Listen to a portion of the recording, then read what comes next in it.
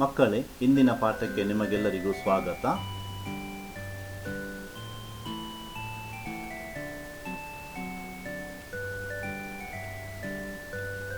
ಇಂದು ನಾವು ಅಧ್ಯಾಯ 11 ಥೇಲ್ಸ್ ಪ್ರಮೇಯ ಇದರ ಮುಂದಿನ ಭಾಗ 2 ನೋಡೋಣ. ಥೇಲ್ಸ್ ಪ್ರಮೇಯ ತ್ರಿಭುಜದ ಒಂದು ಬಾಹುವಿಗೆ ಸಮಾಂತರವಾಗಿ ಎಳೆದ ಸರಳ ರೇಖೆಯು ಉಳಿದೆರಡು ಬಾಹುಗಳನ್ನು ಸಮಾನುಪಾತದಲ್ಲಿ ವಿಭಾಗಿಸುತ್ತದೆ. ಈ ಪ್ರಮೇಯವನ್ನು ಇವತ್ತು ತಾರ್ಕಿಕವಾಗಿ ಸಾಧಿಸೋಣ. ತಾರ್ಕಿಕವಾಗಿ ಸಾಧಿಸುವ ಮೊದಲನೆಯ ಹಂತ ದತ್ತ ತ್ರಿಭುಜ ಎಬಿಸಿಯಲ್ಲಿ ಡಿಇ ಸಮಾನಾಂತರ ಬಿಸಿ, ಡಿಇ ಸಮಾನಾಂತರ ಬಿಸಿ. ಮುಂದಿನ ಹಂತ ಸಾಧನೀಯ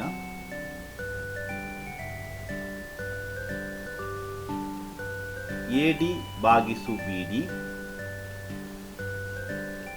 ಸಮ ಎಇ ಭಾಗಿಸು ಇಸಿ ಅಥವಾ ಸಿಇ. ಎಡಿ ಭಾಗಿಸು ಬಿಡಿ ಸಮ ಎಇ ಭಾಗಿಸು ಸಿಇ.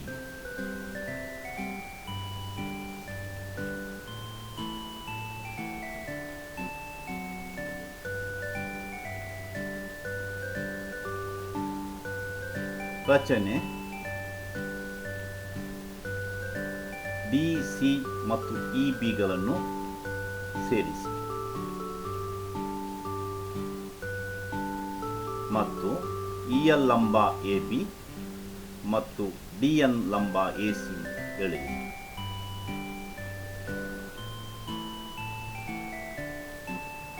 ಸಾಧನೆ: ಮೊದಲನೇ ಹಂತ ತ್ರಿಭುಜ ಎಡಿಇಯ ವಿಸ್ತೀರ್ಣ ಭಾಗಿಸು ತ್ರಿಭುಜ ಬಿಡಿಇಯ ವಿಸ್ತೀರ್ಣ ಸಮ ಅರ್ಧ ಗುಣಿಸು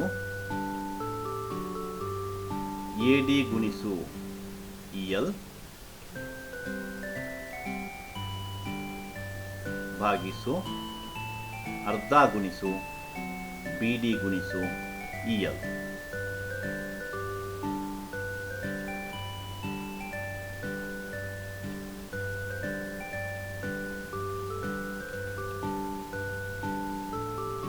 ತ್ರಿಭುಜ ಬಿಡಿಯ ವಿಸ್ತೀರ್ಣ ಭಾಗಿಸು ತ್ರಿಭುಜ ಸಿಡಿಯ ವಿಸ್ತೀರ್ಣ ಸಮ ಎಡಿ ಭಾಗಿಸು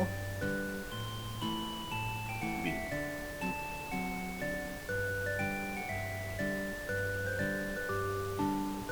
ಇದನ್ನು ಸಮೀಕರಣ 1 ಎಂದು ತೆಗೆದುಕೊಳ್ಳೋಣ. ಎರಡನೇ ಹಂತ ತ್ರಿಭುಜ ಎಡಿಯ ವಿಸ್ತೀರ್ಣ ಭಾಗಿಸು ತ್ರಿಭುಜ ಸಿಡಿಯ ವಿಸ್ತೀರ್ಣ ಸಮ ಅರ್ಧ ಗುಣಿಸು ಎಇ ಗುಣಿಸು ಇಎಲ್ ಭಾಗಿಸು ಅರ್ಧ ಗುಣಿಸು ಸಿಇ ಗುಣಿಸು ಇಎಲ್.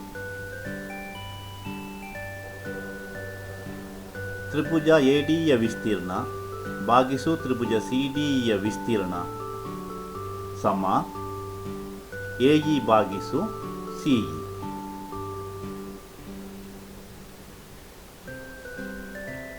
ಇದನ್ನು ಸಮೀಕರಣ 2 ಎಂದು ನಮೂದಿಸೋಣ. ಆದರೆ ತ್ರಿಭುಜ ಬಿಡಿಇ ಮತ್ತು ತ್ರಿಭುಜ ಸಿಡಿಇಗಳು ಸರ್ವಸಮ ಆಗಿವೆ, ಏಕೆಂದರೆ ಡಿಇ ಪಾದದ ಮೇಲೆ ಡಿಇ ಸಮಾನಾಂತರ ಬಿಸಿಗಳ ನಡುವೆ ಆ ಎರಡು ತ್ರಿಭುಜಗಳು ಇವೆ. ನಾವು ಹಿಂದೆ ತಿಳಿದಿದ್ದೇವೆ, ಒಂದೇ ಪಾದದ ಮೇಲೆ ಒಂದು ಜೊತೆ ಸಮಾನಾಂತರ ಸರಳ ರೇಖೆಗಳ ನಡುವೆ ನಿಂತಿರುವ ತ್ರಿಭುಜಗಳ ವಿಸ್ತೀರ್ಣಗಳು ಪರಸ್ಪರ ಸಮ. ಆದುದರಿಂದ ತ್ರಿಭುಜ ಎಡಿಇಯ ವಿಸ್ತೀರ್ಣ ಭಾಗಿಸು ತ್ರಿಭುಜ ಬಿಡಿಇಯ ವಿಸ್ತೀರ್ಣ ಸಮ ಎಇ ಭಾಗಿಸು ಸಿಇ ಎಂದು ಬರೆಯಬಹುದು. ಇದನ್ನು ಸಮೀಕರಣ 3 ಎಂದು ನಮೂದಿಸೋಣ. ಸಮೀಕರಣ 1 ಮತ್ತು ಸಮೀಕರಣ 3ರಿಂದ ಎ ಡಿ ಭಾಗಿಸು ಬಿ ಡಿ ಸಮ ಎ ಇ ಭಾಗಿಸು ಸಿ ಇ. ಇದು ಥೇಲ್ಸನ ಪ್ರಮೇಯದ ತಾರ್ಕಿಕ ಸಾಧನೆ. ಧನ್ಯವಾದಗಳು.